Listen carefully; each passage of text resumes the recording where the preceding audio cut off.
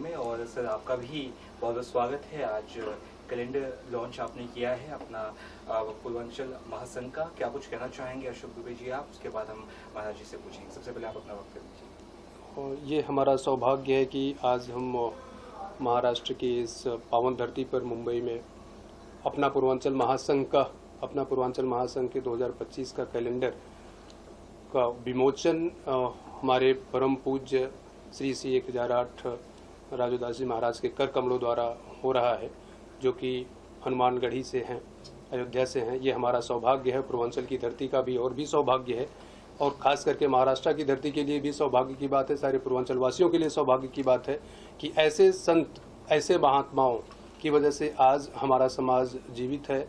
और पूर्वांचल हमेशा से साधु संतों और महात्माओं की नगरी रही, धरती रही है, जहाँ से काशी विश्वनाथ जी वहाँ पे विराजमान हैं। तो हम सौभाग्यशाली अपने आप को समझते हैं कि आज जो ये हमको सौभाग्य प्राप्त हुआ है, सारे पूर्वांचल वासियों को सौभाग्य प्राप्त हुआ है कि पूज्य कर कमलों द्वारा इस कैलेंडर का विमोचन हो रहा है। और मैंने काफ़ी रिक्वेस्ट किया तो बाबा जी ने, सब साधु संतों की कृपा तो सबके ऊपर होती है, तो निस्वार्थ भाव से सेवा करने वाले लोग होते हैं, तो आपकी कृपा हमारे ऊपर हुई और आज हम इसका विमोचन करवा रहे हैं। द्विवेदी जी आप कुछ कहना चाहेंगे? सब महाराज पधारे हैं मुंबई में और आपकी क्या प्रतिक्रिया है इस कैलेंडर लॉन्च पर भी? देखिए, जो कैलेंडर है ये हमारे जीवन का विभिन्न अंग है और हमारा सौभाग्य है कि इस जीवन के अंग का विमोचन हमारे परम पूज्य जो हिंदुत्व के प्रखर योद्धा हैं, जिनकी वजह से आज हिंदुत्व हमारा जाग रहा है, जो हमारा सोया हुआ समाज था हिंदुत्व का वो जाग रहा है, उनके कर कमलों से आज हो रहा है। इससे बड़ी सौभाग्य की बात हमारे लिए कोई हो ही नहीं सकती है। और आज हमारे अलावा आप सब लोग का सौभाग्य है कि महाराज के प्रत्यक्ष दर्शन आप लोगों को हुए और हमारे मुंबई की इस धरती पर महाराज जी का आगमन हुआ, उसके लिए हम बहुत बहुत महाराज जी के आभारी हैं। महाराज जी आपका बहुत, जैसे हमने कहा, बहुत बहुत स्वागत है मुंबई में। और यहाँ पर आप विमोचन के लिए आए हैं इनके सबके कैलेंडर का, क्या कुछ कहना चाहेंगे? क्या आशीर्वाद देना चाहेंगे आप? वंदे मातरम, जय श्री राम, श्री हनुमान जी महाराज की जय, सत्य सनातन वैदिक धर्म की जय, भारत हिंदू राष्ट्र की जय।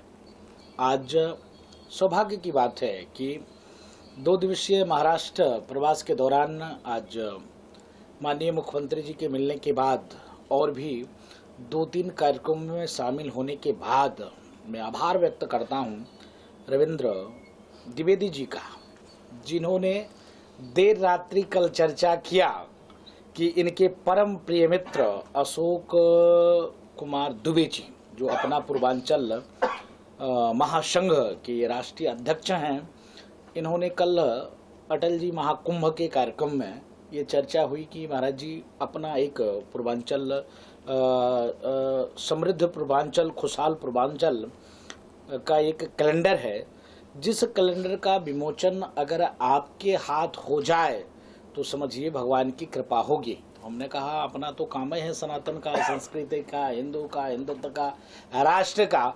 अहोभाग्य मेरा, आपने इस योग्य हमको समझा, आप ये अवसर हमको दे रहे हैं, तो हम जरूर उस कार्यक्रम में शामिल हो पाएंगे।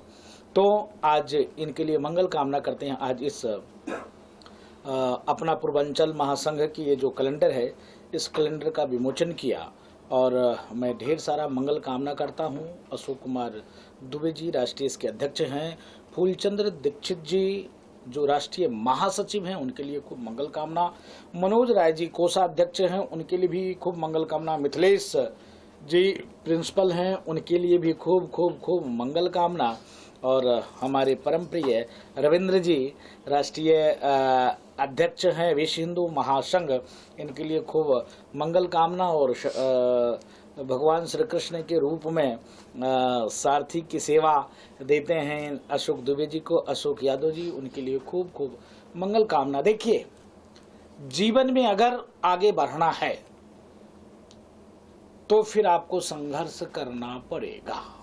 आप घरों में मौन होकर, चुप होकर बैठे रहेंगे तो फिर आप उस उद्देश्य की प्राप्ति नहीं कर सकते। यहाँ जितने लोग हैं, कोई कहीं से होगा, कोई कहीं से होगा, कोई कब आया होगा, कोई कब आया होगा। आने के बाद लगातार निरंतर आप लोगों ने खूब खूब खूब खूब परिश्रम किया होगा, तब इस मंजिल तक आप लोग पहुंच पाए होंगे।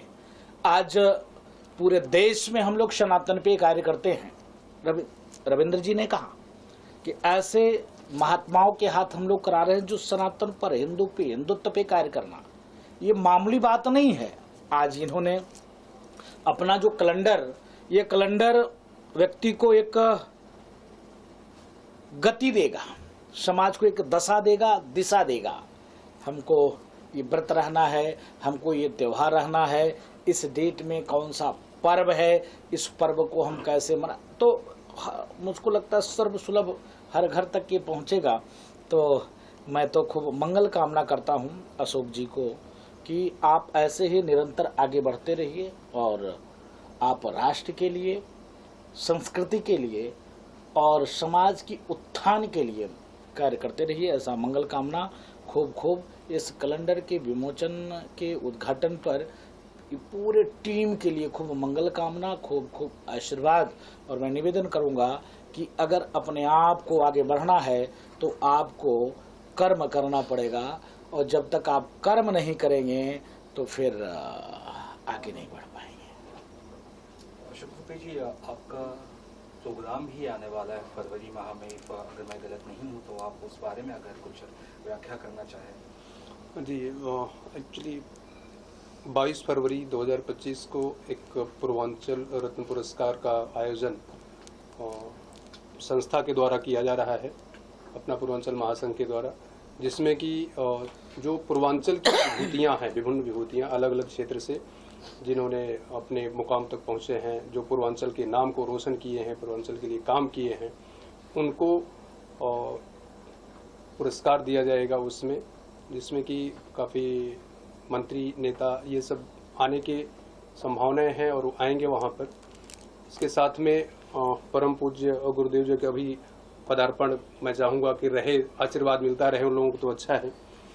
तो और उसके बारे में डिटेल जानकारी हम आप लोगों को देते रहे। सर, आप पूर्वांचल के मुद्दे को लेकर तमाम राजनीतिक पार्टियों से मुलाकात कर रहे हैं, तो जरा मुद्दे पर आप बताएंगे क्या मुद्दा है पूर्वांचल का, आप जल्द उसे शीघ्र समाप्त करना चाहते हैं। पूर्वांचल के बहुत सारे ज्वलंत मुद्दे हैं। आज हर कोई, आप भी पूर्वांचल से होंगे या जो भी लोग पूर्वांचल से हैं, सब देखते हैं, सब जान भी रहे हैं, समझ रहे हैं। पूर्वांचल का ज्वलंत मुद्दा, सबसे बड़ा मुद्दा ये है कि जो प्रवासी, आवासी, निवासी पूर्वांचल वासी हैं, अदर स्टेट्स में जाकर के क्या फेस करते हैं, वो उनकी पीड़ा क्या होती है, वो सबसे बड़ा मुद्दा है कि हमको यहाँ पर क्यों आना पड़ा और हमारी दुर्दशा यहाँ पर क्यों हो रही है। जब हमारे सम्मान, हमारी इज्जत हमारे घर में नहीं होगी, और घर में कौन नहीं कर रहा है, हम अपने आप से खुद नहीं करवा पा रहे हैं, क्योंकि वहाँ के जो नेता हैं, जो वहाँ के एडमिनिस्ट्रेशंस हैं, वो उस योग्य शायद हमको नहीं समझते होंगे, इसलिए हमको वहाँ से पलायन करना पड़ता है। और पलायन करके जब रोजी रोटी के चक्कर में हमारे भाई बंधु यहाँ पे आते हैं या कहीं दूसरी स्टेट में जाते हैं, तो उनको विभिन्न परेशानियों का सामना करना पड़ता है। उसके लिए जिम्मेदार वहाँ की नीतियाँ होती हैं। इसलिए अपना पूर्वांचल महासंघ का मेन काम है कि पूर्वांचल को कैसे विकसित किया जाए, वहाँ से पलायन रोका जाए कैसे, और हर घर में कैसे लोगों तक रोटी पहुँचाई जाए, इसकी व्यवस्था कैसे सरकार करे, जिससे कि लोगों को पलायन न करना पड़े, कहीं जाना न पड़े। ये मेन मुद्दा है पूर्वांचल का। अभी हाल ही में आप विधानसभा अध्यक्ष जो उत्तर प्रदेश के, उनसे आपने मुलाकात की, तो उनकी किस तरह का उनका रिस्पॉन्स था, उसके बारे में जनाओ।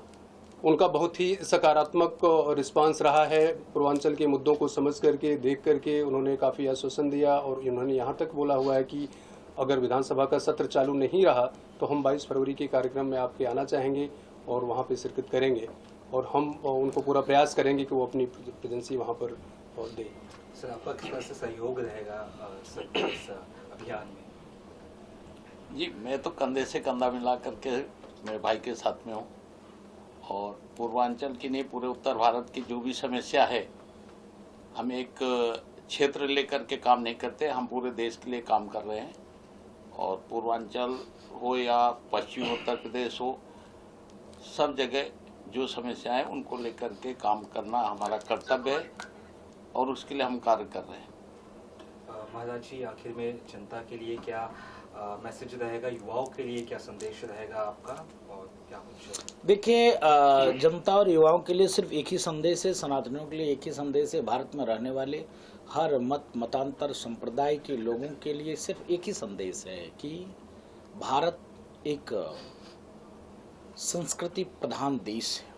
भारत एक ऋषि मुनि महात्माओं का देश है, जहाँ पर हर पंथ के व्यक्ति रहते हैं। सनातन धर्म इतना विशाल धर्म है, इतनी विशाल धर्म है कि हिंदू, जैन, सिख, बौद्ध सबकी सब सारे मतांतर सनातन में पाए जाते हैं।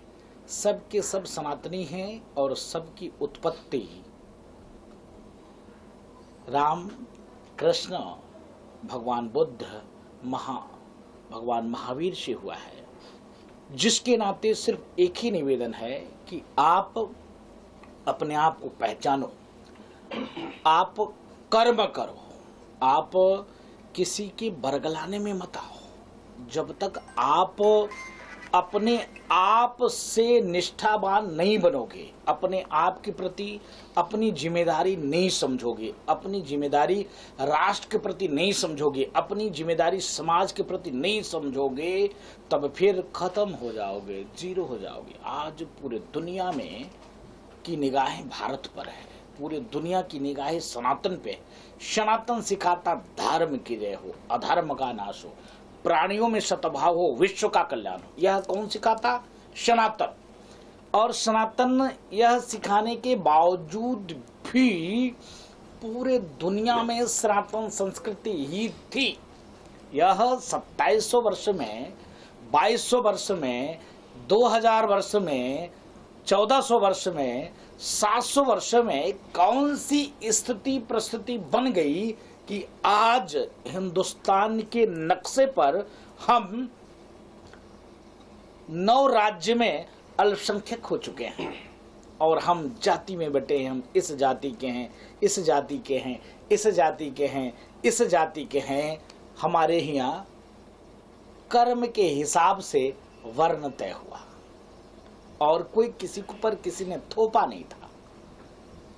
जब सृष्टि की उत्पत्ति हुई तब उस समय में जैसे कि मैं साधु हूं, तो मैं कोई महंत है, कोई पुजारी है, कोई कोठारी है, कोई भंडारी है, सबके सब पुजारी नहीं है, सबके सब महंत नहीं है। उसी प्रकार से यह प्रकृति की संरचना के बाद, मानवता की उत्पत्ति के बाद व्यवस्था बनाई गई और उस व्यवस्था को इस प्रकार से इस बीच में आक्रांताओं ने, आक्रमणकारी ने, षड्यंत्रकारियों ने, व्यभिचारियों ने, राक्षसों ने प्रयास करके जातिवादता में इतना ज्यादा जकड़ दिया कि हम एक दूसरे को देखना नहीं चाहते, हम एक दूसरे से दूरी बना के रखते हैं। मैं तो फला हूँ, मैं बहुत उच्च कोटि का हूँ, फला व्यक्ति बहुत निम्न कोटि का है, उसके साथ उठ नहीं सकते, बैठ नहीं सकते, खा नहीं सकते। अरे भाई, आप माना कि हम आपसे बेटी का संबंध नहीं कर सकते, लेकिन रोटी का संबंध तो कर सकते। आपकी दुख को अपना दुख बनाकर, आपके दुख में शामिल होकर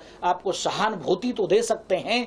इस पर मनन करने की जरूरत है। अगर आप मनन नहीं करेंगे, चिंतन नहीं करेंगे, तो फिर जय सिया राम हो जाएंगे, खत्म हो जाएंगे, धीरे धीरे करके खत्म होने के कगार पे हो।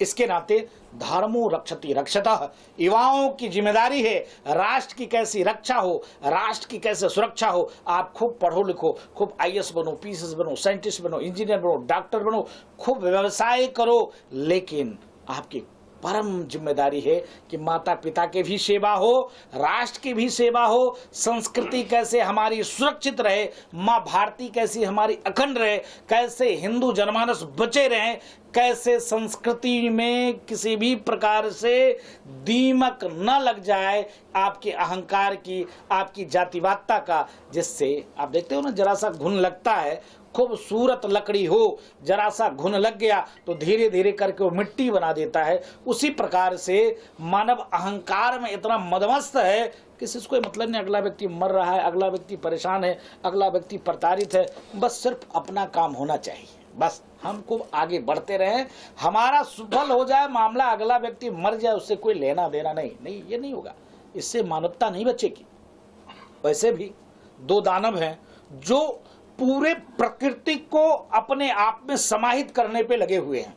उन दो दानवों की मानसिकता शुद्ध रूप से समाज से मतलब जो होना चाहिए, जो सनातन सिखाता, सर्वधर्म सद्भाव, सर्वे भवन्तु सुखिनः, सर्वे सन्तु निरामया, सत्यम शिवम सुंदरम का भाव सनातन सिखाता है। इसके नाते नौजवान युवा पीढ़ियों से सिर्फ एक ही निवेदन है कि आप सत्यनिष्ठ बनो, कर्मनिष्ठ बनो, अपने कर्म पथ पे चलते हुए आप राष्ट्र की भी, सनातन की भी संस्कृति पर भी चिंतन करो। नहीं तो बांग्लादेश जैसे मारे जाओगे, काटे जाओगे, भगाए जाओगे, कोई नाम लेने वाला नहीं बचेगा। गुरुजी, इस टॉपिक से अलग एक सवाल है, अगर आज्ञा दे तो पूछ सकता हूँ? हाँ, नहीं पूछ सकते हैं।